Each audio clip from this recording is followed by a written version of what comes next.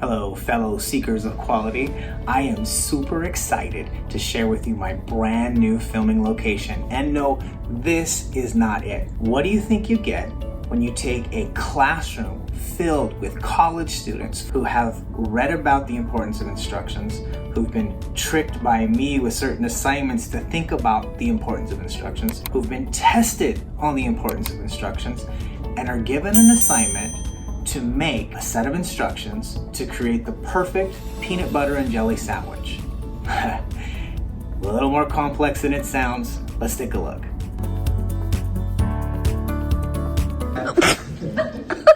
All right, so get bag of bread and open bag, done.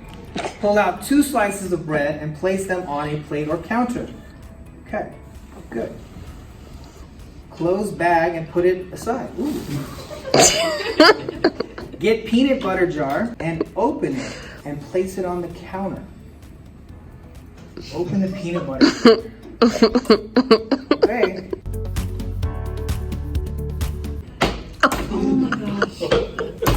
My goodness. There we go. It's open. And place it on the counter. Get the knife with the dominant hand and scoop out a ½ cup of peanut butter. Wow, guys, this isn't bad. Oh my god. It's gonna take me a while to get a ½ cup out, so I'm just gonna do a little bit. Spread the peanut butter evenly on one side of the bread. Okay. That's a side, right? That's one of the sides. All right. Place the bread down, peanut butter side facing up. Ooh, this is tricky. I put it on its side. There we go. It's facing up. Get jelly jar and open it.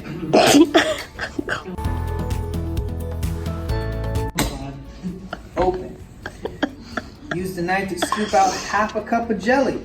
And this is thick. Like if I follow these instructions, this sandwich would be this big. Wow. Use the knife to scoop out the jelly. Place down knife. Scoop it out. Oh, and spread it on the remaining slice of bread. So we'll wipe it on the remaining slice of bread. Right. And place it down. So okay, not too bad.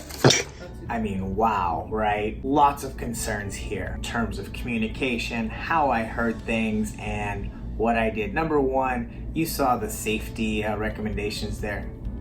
Don't do what I did. That knife looks incredibly dangerous. Looking at it afterwards, I'll never do it that way again. But, important lesson here. Think about the folks giving that message, or you giving a message to your team, your coworkers. That lack of clarity, perhaps, it could lead to disastrous results, safety concerns, incomplete or inaccurate products. Peanut butter and jelly sandwich, that was an absolute mess. You get the idea. If clarity is king here, right? The most important element, how do we achieve that? My son just reminded me, very important here. It's not so much what you say, it's how it's heard. This fits perfectly into that feedback loop I talked about in my communication talk not too long ago. Check it out here, right? And that particular feedback loop didn't happen here. I received the message, I took the message, I executed the message. Didn't seek clarity.